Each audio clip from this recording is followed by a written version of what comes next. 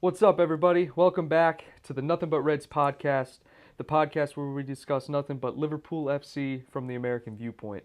And joined with me, as always, Stephen Norbury. Stephen, what's up, man? What's going on? What's I new? got the I got the Roberto Firmino jersey on, Yeah, I see that. representing the Boston Red Sox and Fenway Sports Group. Clown. Other than that, I'm ready to just dive back into some material, some Liverpool FC material. Same Ready here, to go. man. What's new with you? Not much, man. I've been working, so I haven't been keeping up with the World Cup too much. But from the looks of it, I mean, things have been kind of quiet. Some teams have been knocked out, so you see some rumors picking up around not only Liverpool but a bunch of other teams. Um, some of our guys are still in it, some out. Thank God Mane and Salah are out of it early and they didn't get injured. That's all I have to say. Yeah, that's huge. I didn't even think about that, but that is huge. Yeah, yeah, Huge. huge. It's gonna be huge. But Mane and Salah, Trent got his debut. I think it was his England debut, wasn't it? Yeah, it was his first. I think it was his first debut, and also his first start. And that was yesterday against Croatia. I know they lost. I believe it was 1-0. Can you confirm that? I can't. I didn't watch it. Croatia. Can you confirm that it was against Croatia? I can't. But oh my God. Let me pull this Yeah, up. I'm pretty sure it was Croatia, but Yeah. But I don't know, man. So I mean, from everything. no, No. Belgium. Sorry, Belgium. Lukaku was injured, and England rested Harry Kane. Last I checked, the score was 1-0. I don't know where I got that other team from, but it was Belgium. Okay. It wasn't Croatia. Yeah, the last time England and Croatia played looks like 12th of October 2018 or November 8th. I don't know, some bullshit like that. But anyway. Yeah, but I think the World Cup for England for Henderson and Trent couldn't have come at a better time, and I'll tell you why. I think that Trent is on the come up, right? He's really trying to establish himself in that first team in a time where the young players aren't exactly going to thrive in the squad. You know what I mean? I mean, it's hard for Ben Woodburn to get in the side. It's hard for Harry Wilson, Ryan Kent, all these young stars to get in the side. But you see Trent kind of establishing himself as a first option, right? So Right. I think for him, the World Cup's huge as far as confidence goes, building confidence, and especially starting. That's huge. For Henderson, I think the fact that he's captaining the national team is a huge ego boost for him. I mean, he's humble, right? But Well, Harry Kane is captaining right he now. he's but He has he has captained captained. But the I know, national team. I know Southgate or whatever. He essentially gave it to Kane, which I think is bullshit. But I'm assuming he's doing it along the lines of, hey, that's our best player. You know what I Right. mean? No, that's exactly what it is. It's just like Mane and Senegal. Yeah. Mane's Exactly. not. We all know Sadio Mane is not a leader, No. No. but he's the best player, and it's going to draw headlines. And Yeah. why would you give it to someone? I don't know, someone else on Senegal who's. I don't even know who else. You can't. Sheku Kouyaté. Kouyaté, you got Balde Keita, I think is one of their names. Yeah. You got some striker. I think his name is like Athath or Athatha or something. There's a couple. No, there's some good. I actually used them in the FIFA World Cup game They're mode. dirty. They have some good players. Yeah, I liked them. They're dirty. I went 3-0 with them. Yeah. So that was cool. Yeah, man. And but and then for Henderson, as far as the confidence thing goes, I think that he's coming into his own. I mean, he's 28, 27, 28. He's the captain of Liverpool FC. Klopp would trust him with his life. I think Klopp really likes Henderson, both in the locker room and on the field, for not only his work ethic, but his team spirit, or his rapport with the teammates. He holds players accountable. Yep. He's in charge. Klopp's put him in charge of finding, like players, like keeping players in check. Like I said, the accountability. He's in charge of finding players, making sure players are entering all their information into all the health apps, the fitness apps, so the team can track all that stuff for the players, which is important for how Klopp runs his system. Because if you look back to Brendan Rodgers, he didn't have any of this shit. None of it. Brendan Rodgers was very simple, very simplistic in how he managed the squad. Klopp, everything is under a microscope, and everything is, what's the word I'm looking for? Organized, but there's a method to the madness, essentially. So yep.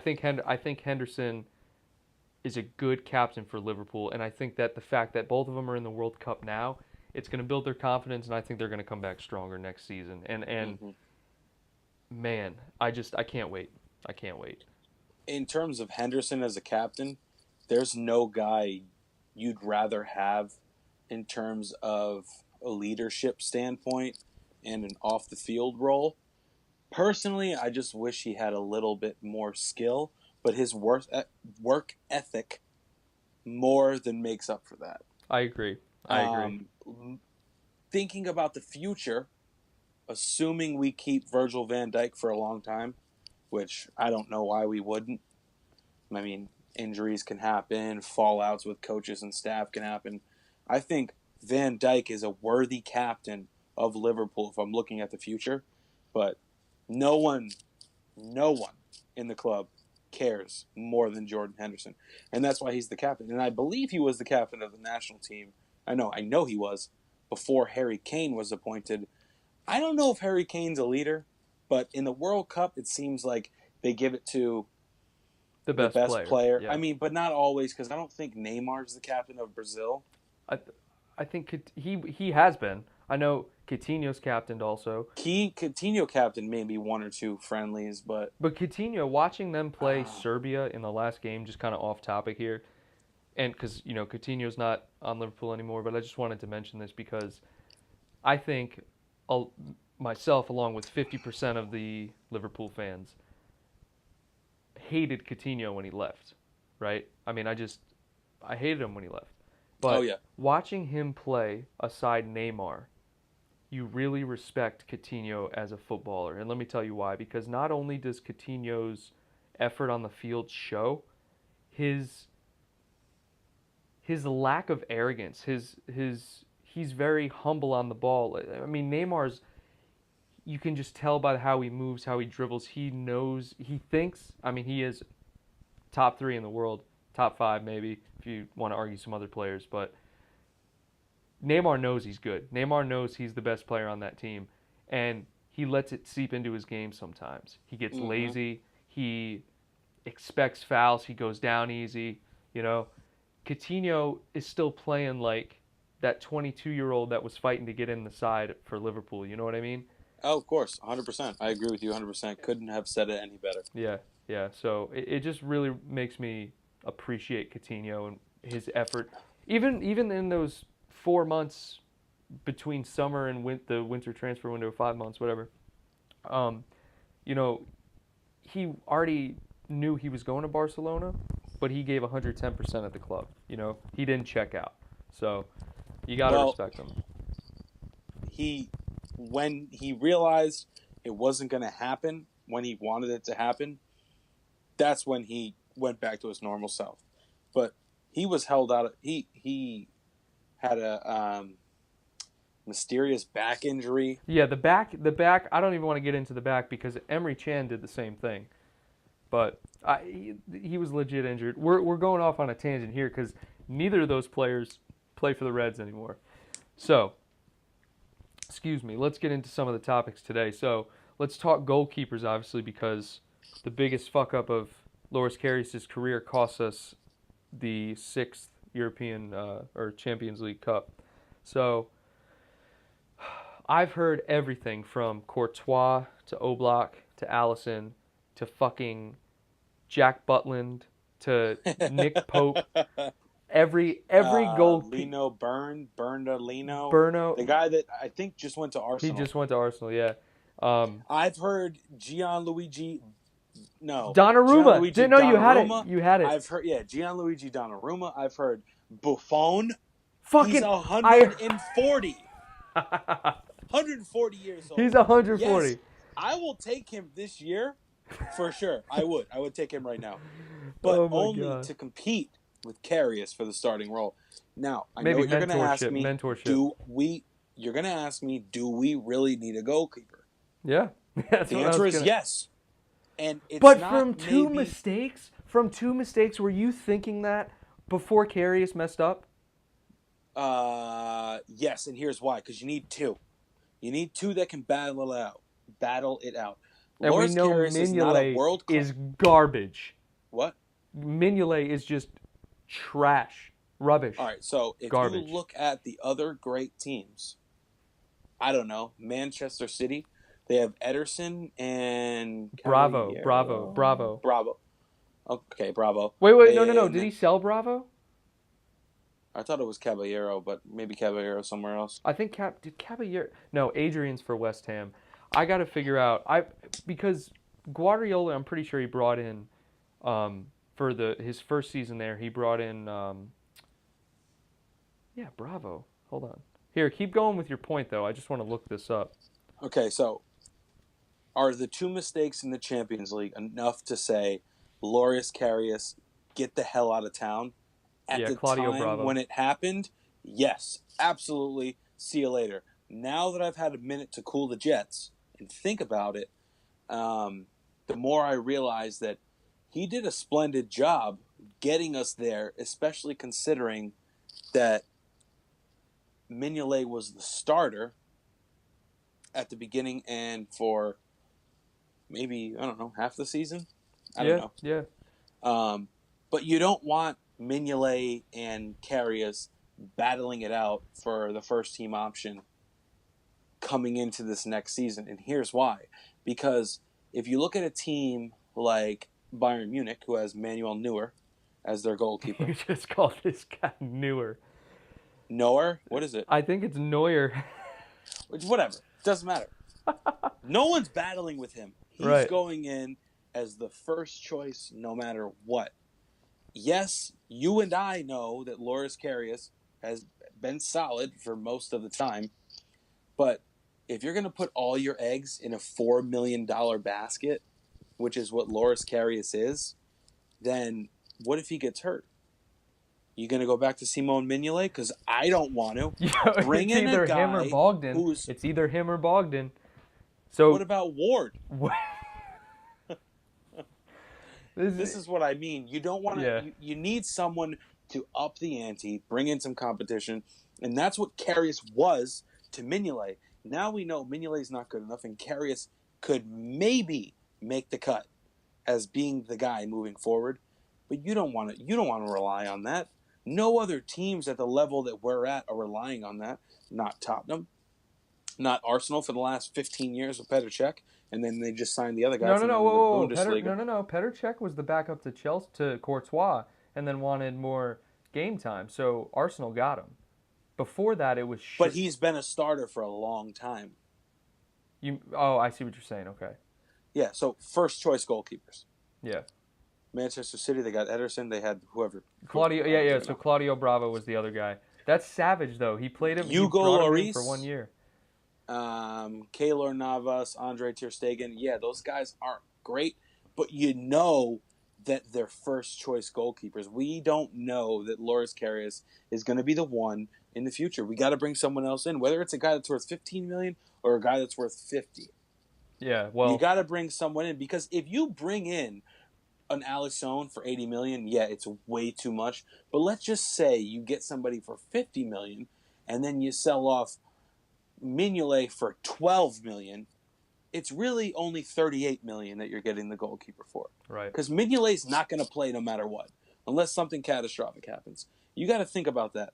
There's people that want Mignolet. There's teams that want Mignolet. So bring in someone maybe a little bit over your price range. Ship Simone out. Goodbye. The difference is what you're paying. No. I think about it every day, dude, because I want Karius to be that guy, right? And so do I. And I think Klopp does too. And I think Klopp, he has everything that Mignolet lacks. It might not be in pristine condition, but he definitely does. If you look, Mignolet always looks unsure of himself. Like he looks like he has the dumbest look on his face, like he has no clue what he's doing when he's on the field. And that shows in his play.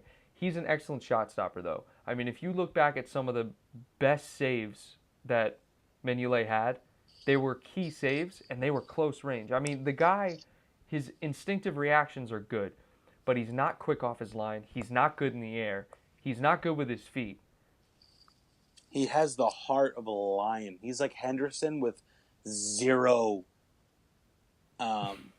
instincts, if you will. Sure.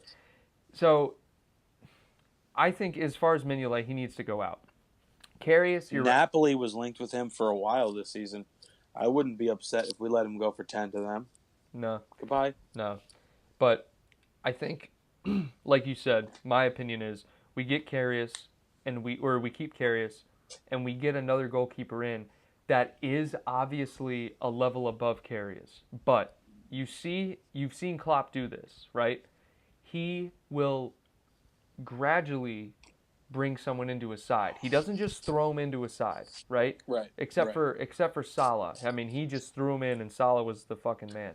But right. Well, Salah also, we knew what he was capable of. Like, obviously, but he also had plenty of time to prepare. Even Van Dijk, I didn't even think he was going to get that first start against Everton when he scored the winner on the header in the FA Cup game, whatever it was. Yeah. Well, no. I mean, the very first game that he signed, that we played when he was signed, he sat out. He didn't play. And then he played the Everton game.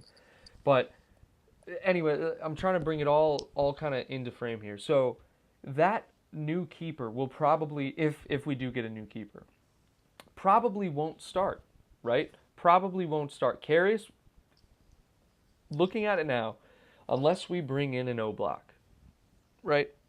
Excuse me, or a Courtois or something like that, or a Sommer, whatever, Handanovic, he will start. And half the Liverpool fans are going to hate that. Half of them are going to be okay with it. Me, personally, I don't mind it because I don't really hold grudges with my teams, with athletes, because I understand just as much as anyone you can have a bad game. I mean, as any athlete can understand that, like some games you just literally have a brain fart or like something bad happens. I mean, and then on top of that, I don't want to say it, but I'm going to say it, the concussions can mess with you a little bit. They can mess with your depth perception, especially if it's a serious one, you know. But anyways, that's a good transition. Let's talk about the possibility of getting Alisson, getting Oblak still, because you know it's kind of died down since the World Cup started, as we mentioned. Yep. So I'm on Liverpool Echo right now, and looking at some of the, I guess, posts you could say or articles. Some of the players that we've been linked with are absolutely ridiculous. For example, I can agree with that more. Yeah, of course. You got Asensio, right? Oh, geez. Don't even get me started on that. So let's talk Asensio. Or actually, first, let's talk Oblak. You saw the report Oblak is looking to maintain at Madrid, right? I did not see that. Okay, so let me pull this up for you because I want to read some exact quotes so everyone can see this. But essentially, Oblak has established himself as one of the top goalkeepers in the world. He wants easily. Yeah, he wants to stay at Atletico. Now, says who? I'm trying to find the freaking quote, dog. Doesn't he have a $100 million or 100 million euro or whatever release clause or something like bigger than Alisson's? It's something here. I wanted to get from the Liverpool Echo, but I'm just going to pull up something from like the Sun or something. I know they're not that reputable, but I'm going to pull them up because I want just the quote so you can read it. But so, all right, so according to 90minutes.com, I never even heard of it. It's just the first one that came up. Jan Oblak delivers update on his Atletico future amid interest from Liverpool in goalkeeping star. All right. So, let me get this going here. I need that translated. I can't read that. That's Spanish. To be honest, I haven't heard anything about Jan Oblak in a while, personally. Well, and this is the reason why, because, oh my gosh. All right. All right, so he says, when asked about the team that's going on, what they're building over at Atletico Madrid, he said, I like the team we're building. And they're not willing to sell him for anything less than 100 million pounds. That's what I thought. Or that's euros, or 88 million pounds. That's ridiculous. We're not paying that for him. There's no way. There's absolutely no way. No, So, of course. We paid $4 million for Loris Karius, or 4 million whatever the fuck it was. 4. Not 100, not 80 like Alisson would be. No way. Yeah. No way. This is what I'm thinking. We need to bring in like a Sommer, right? Sommer, I believe, is the keeper for Borussia Mönchengladbach, I think. Let me see. So bring in a Pepe Reina, a veteran guy that can step in and be solid if the first guy can't handle it. I don't know. Someone to make Karius fight for the spot, because Simo Mignolet hopefully will never step between the sticks for us again. Yeah, no, I agree. But like you said before, we need someone to challenge Karius. We absolutely do. We need someone in there who's going to push Karius to the next level, right? But the issue with that is there's two scenarios. Either Karius matures and becomes a world-class goalkeeper, which I honestly think is going to happen. I think he's going to be a top I think he could too. I think he's going to be a top goalkeeper. Or he doesn't, and we have this just an above-average keeper, right? Like Jan Sommer, he is the keeper for Borussia Mönchengladbach, but he's right at the level or right above Karius, and he's probably like 20, 30 million pounds. I mean, that's just what the goalkeepers are going for nowadays, right? Ederson was 34, which was like the last straw in, okay, if he's 34, these top keepers in the world have got to be way more. And I'm just very interested to see what Klopp does about that. We're just going to have to wait and see, because we have no idea. But what I think is total bullshit is the Asensio bid. Yeah, let's talk about that. 158 million was the last figure I saw. There's not a chance in God's green earth that Liverpool would even probably put 100 million towards a guy who's fighting for playing time on a team. Yeah. No, fighting for minutes. Literally fighting for minutes. Yeah. Isco, Modric. Who else is in that midfield? Casemiro. Oh, you got Lucas Vasquez. He's kind of a winger, but I mean, you have Madrid have just so much freaking talent. It's ridiculous. But I think yes, they do, because they are Madrid. But at the same time, you look at people that go to Madrid, automatically their rating goes up. Like, for example, on FIFA, if Salah went to Madrid, he'd be a 97 next year, or something ridiculous. Yeah. If Emre Can went to Madrid next year, he'd be rated like an 80, 88. It'd be something ridiculous. These teams have all these players that, yes, they're great players, but they're just rated so highly in the media and on video games and all this other stuff because of the fact that they play for this team. Yeah. No, you're absolutely right. It does something to their rating. Yeah, and it's crazy. I looked at the ultimate team ratings. At least these are the pre-release ones for FIFA 19. You got Salah at an 87. Which is crazy, because that's what he is right now. I heard he was going to be a 93. Shit, 93. If he has He's an 87 right now. I'm looking at the screen right now. Yeah. 87. You have Mane is an 85, I think, or an 86, and then Firmino's an 85. Firmino for me, right? This is FIFA, right? We're completely just talking about fake, like, just FIFA. But Before you continue, I just want to let you know, right now, Salah's an 87. Firmino in the middle is an 85. yes, Mane on the left is an 84. Just so you know. 84. Mane's an 84. Okay. I agree with those in terms of like pound for pound, but I think it should be more like 90, 88, 87, or 90, 87, 86. I agree. Something like Okay, that. okay. Yeah, Mane should definitely be the low man on the totem pole for that. Yeah. Oh, yeah. But, man, I don't know. I don't know. And another thing, I don't think I was thinking about this the other day. You look at Klopp signed that 6-year deal, right? This is kind of because he's a project man. He wants to build something. He just finished his second full season, not counting that first season where he took over about a third of the way through. All right. He is building a team that's a destination. And I was listening to the Redmen TV, I was listening to Anfield Agenda, a few other podcasts, and he is building a destination club instead of a club that sells players. I think Coutinho was the last straw with that. After we were forced to sell Coutinho, I think Klopp and FSG realized, all right, we need to bring in players who are entering their peak and who want to be part of this project. And I think he's doing a great job. Fabinho and Keita entering their prime. Salah, Mane, Firmino in their prime. Van Dijk, Lovren in their prime. Let me stop you right there.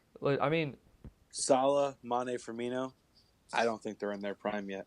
I understand what you just said, but listen to me. I think Listen to they're me. all 25. Aren't they all They're 25? they're all around 25. Firmino Think about maybe the 26. jump that Messi made from just 25 to 29. No. Right? I didn't say they were peaking. I said they're in their prime. Okay. Okay. Okay. All right. Okay. Makes sense. They all had record seasons. Okay. Firmino had the career of his life, and not to mention we don't even need to talk about Salah, right? 58 goals in 50 games since he 50 goals in 58 games since he joined Liverpool for club and country. It's crazy. Incredible. It's absolutely unbelievable. And but this project that Klopp is building, he's 2 years in. He brought us from a team that finished 8th. I think it was 8th. 8th. 6th or 8th? Probably 6th. I don't know about 8th, but we finished 8th. To a team that's been to the Champions League final, a team that has a top 5 player in the world. Yeah. Top 3 striker in the world because Roberto Firmino was ranked number 3 at his position. I don't know about Mane, but he's got to be at least in the top 10. It's incredible. It's incredible. If we get an attacking midfielder like Fekir, right? And I still think he's going to sign. I know that I've mentioned in other podcasts that the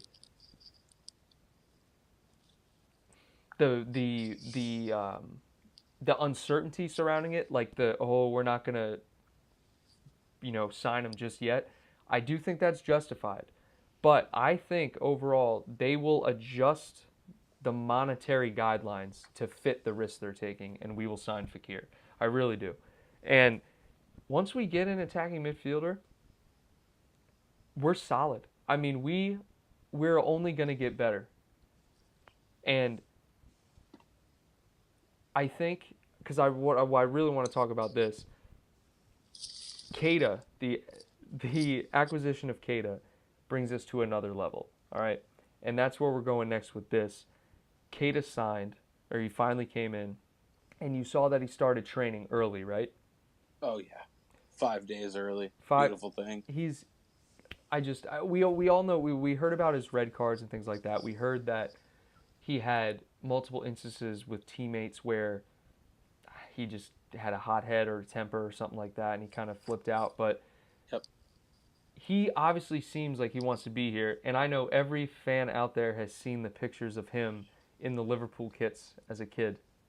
And that makes me super happy. That makes me believe that Klopp is bringing in players that want to be at the club, that aren't just coming for a paycheck. They want to be at Liverpool. They want to be part Well, of if the you're project. looking for a paycheck, you ain't coming here. That It's will, just like the New England Patriots. yeah. You are not coming here for a paycheck. Not even Tom Brady, not Rob Gronkowski. Mo Salah, No. he makes half of what Messi and Ronaldo make. Oh, well, under half. Oh, probably, yeah, exactly. Think about that. That is crazy. Yeah, it's unbelievable. Emre Can, I believe the deal he signed with Juventus would have made him by far the highest or the second highest player on Liverpool. No, he would have been the highest player by, I think, 30,000 a week. That is ridiculous. I think Firmino These clubs right that now, are paying that much money, there's no doubt Juventus have a shit ton of money. Real Madrid, Barcelona. We have a shit ton of money. Exactly. We're just not thrifty. paying that. Yeah. You got to be smoking crack. Yeah. Yeah. Yeah. And no way. I think that's all FSG. I think FSG are doing an excellent job with that. And I think they explain to the players, they say, listen, we're not going to pay you ridiculous amounts of money. You are going to get good money. You're going to get competitive pay for the talent you're with, right? And you're going to win. And I think that's what they're telling them. And I think that's what Klopp's telling them. Henderson could go to Roma or wherever and make probably 1.5 times what he's making right now. Roma, Napoli, I don't know, other big clubs that aren't huge, but they just spend more and they're in maybe bigger markets. I don't know. Atletico Madrid, riding the bench for Atletico Madrid, you can make $100K a week. Yeah. Ridiculous. Yeah. It's a weird thing, man, because if you look, I think Daniel Sturridge is making something like 120,000 a week, right? Yeah. Something like that. Firmino, he's got to be making about 170 now or close to 200. He has to be. He has to be the highest earner on the team right now. No, I think Mohamed Salah restructured his deal, right? No. We would have signed. We would have seen a new contract. Like, I'm pretty sure you can't alter your deal once it's signed. You can only sign a new contract. Okay. But I'm not positive about that. But I do know that Firmino signed the new upgraded deal, and the rumor I heard is that he had a buyout clause in the last one, and it was $75 million. Which, that's not enough for him now, but that's kind of a lot of money, especially when you consider where he was when we got him. That's right. All right, moving on. Keita. All right, Keita. Awesome. Keita. Let's get it. Keita, I think, can be the N'Golo Kante of Liverpool. All right? Oh, yeah. Yeah. Just these short, quick, huge work ethic African players, I'm falling in love with all of them. I mean, Kante's French, but you get what I'm saying. With Salah, Mane, Keita, I mean, they're just freaking fantastic, man. I mean, I just keep watching the highlights of Keita the days up to him signing. How excited I am to have a player. His balance on the field is unbelievable. He reminds me of Firmino and Wijnaldum. Wijnaldum, his ball retention. Combined. But with the pace, yeah, exactly, the pace of Wijnaldum, but oh my God, you said it perfectly. I've never even heard it put like that. Yeah. It is Wijnaldum and Firmino literally put into one engine room. I know. It's crazy. Yeah, and if you want to be really ambitious with the comparison, you can throw Henderson's engine in there. But let's not get there yet. That's like the perfect player. But Wijnaldum's ball retention and Firmino's balance, I think it's unbelievable. The only thing I'm worried about is his size and how Klopp's going to use him. He's only like 5'8", 5'7", something like that. He's quick with his feet, obviously. I thought he was bigger than that. Oh, is he? Okay. Is he? Let's look him up. No, you're right. I could be wrong too. Let's I thought he was like 5'10". Which watch him be 5'10". Naby Keita height. He's 5'8". All right. So wow. Yeah, he's 5'8". That's what Coutinho was, though, right? Coutinho was 5'8", 5'9", something like that. Yeah. Firmino's like 6 foot. Firmino's a good size, but 5'8". So do you think that Klopp is going to have him playing that Oxlade-Chamberlain role, that yes. midfielder that gets forward and attacks? Here's what you got. You got Henderson, Oxlade-Chamberlain, Keita, Fabinho, who I believe Fabinho is taking over for Chan. Fabinho is obviously replacing Chan, but I think Fabinho and Henderson will be rotated. Yes, in the CDM/move forward when you can role. Yeah. You got Keita and Oxlade-Chamberlain, different players. Oxlade-Chamberlain is more offensive oriented. Keita has been more defensive oriented simply based on the system he's been in. He's box to box. Yes, but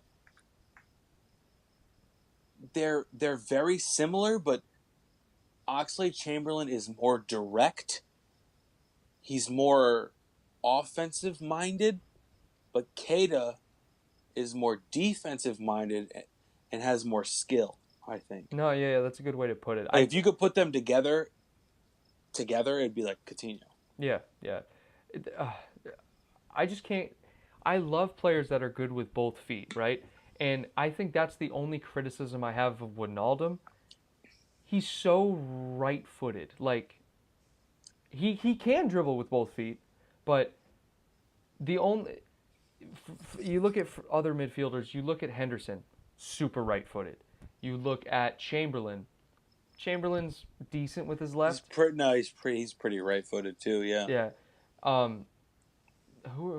Milner can play with both feet. No criticisms of Milner. Legend. Yeah. The greatest of all time. I think Milner is the best. We don't even talk about him or consider him for next season because we know what he brings to the table. Yeah. He's going to get so much game time. We have forgotten about him through all these podcasts. I think Milner is like every Liverpool fan, aside from Andy Robertson, who doesn't get enough recognition either, my favorite player. Just those two players that just flat out are amazing. Like, they would literally slit their throat on the field for an FA Cup early round win. Those guys are just, are you kidding me? Oh my God. I can't even put it better, man. They just love the team so much. And I want to believe that Keita is another one of those players. Because he's not Coutinho. He's not Fekir. He's a more defensive-minded player. I want you to understand that. I get it. And I know you do. There's going to be times where he gets up and he's making plays, where he's in a rhythm, and he's getting the ball and he's moving up. Or they bring in Fabinho or they bring in Henderson and say, you drop back, let's let Keita go up a little bit. Keita is the guy that is at the top of the defensive line and at the back of the offensive line. Yes, he'll go box to box, but I see him more as a circle, this side of the circle to this side of the circle guy. He's here and here and here, and this is where he does most of his work.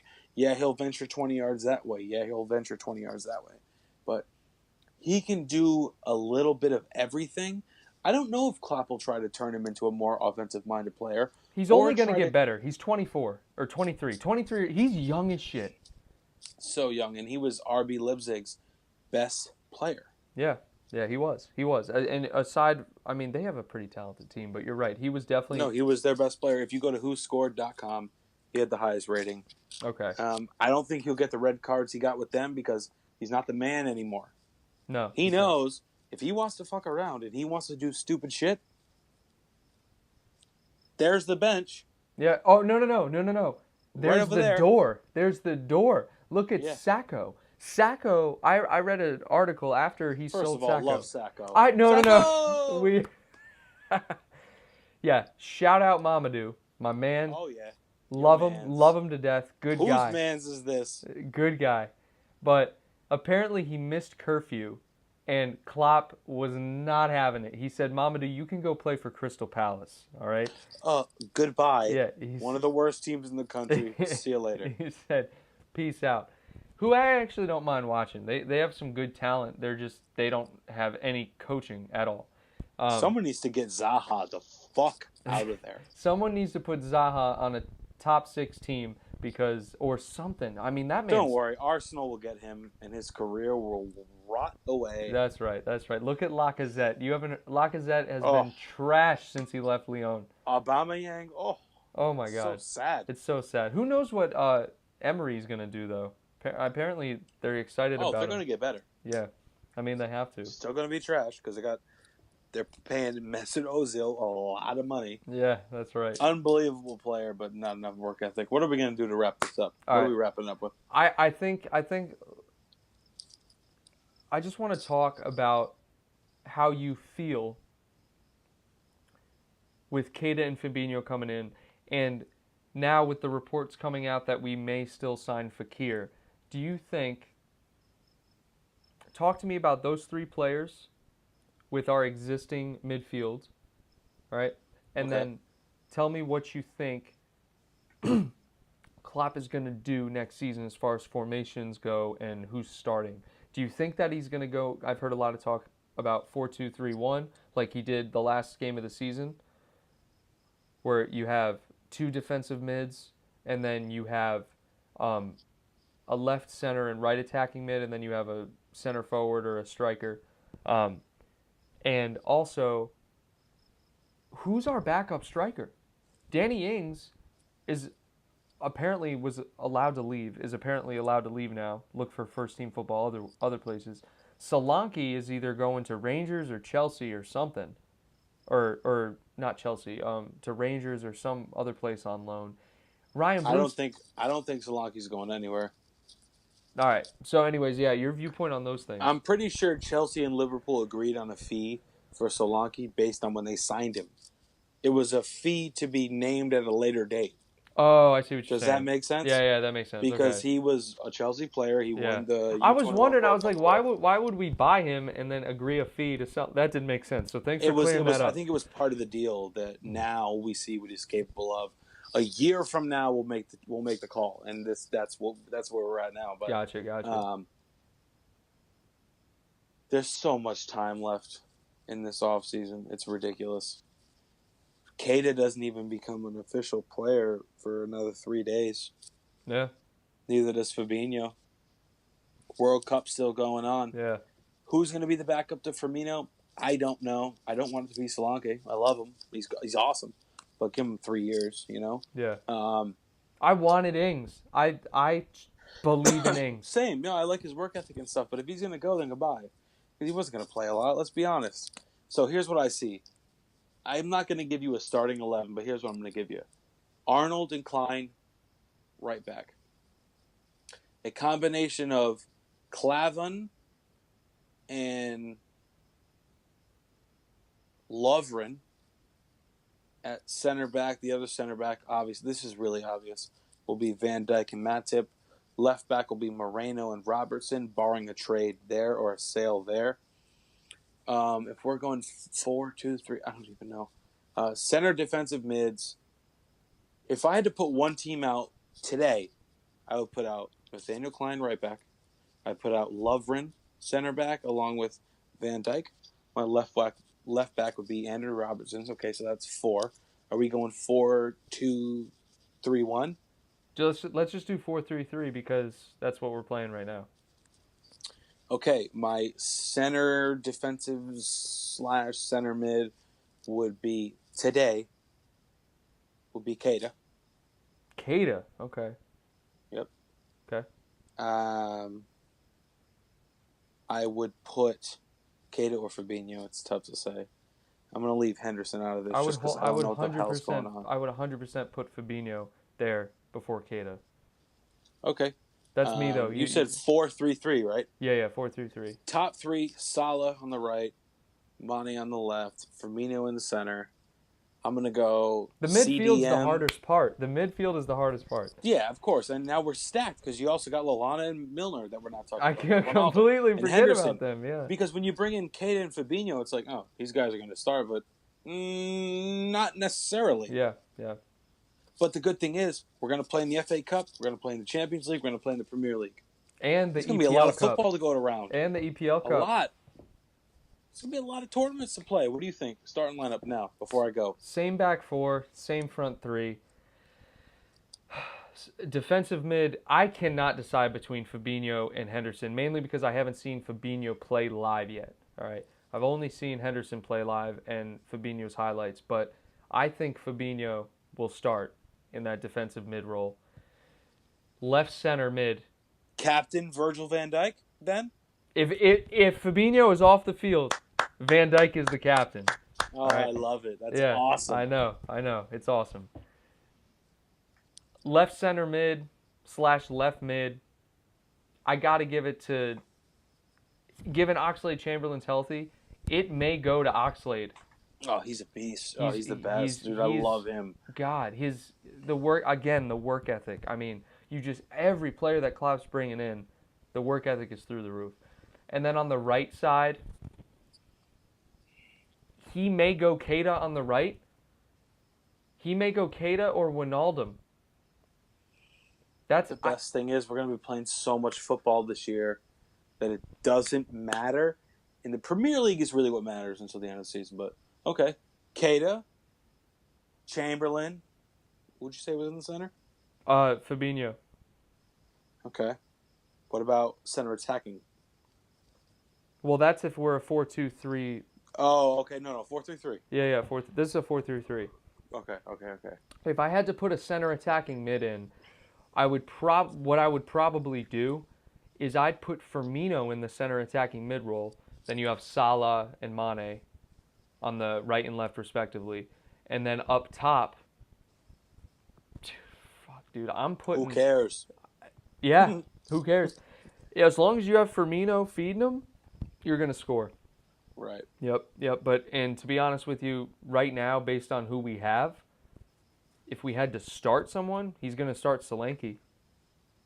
Oh yeah. Yeah. I mean, that's just what's gonna happen. But hey, don't forget, Origi's coming back. I forgot about Origi. We'll save get into that in the next podcast.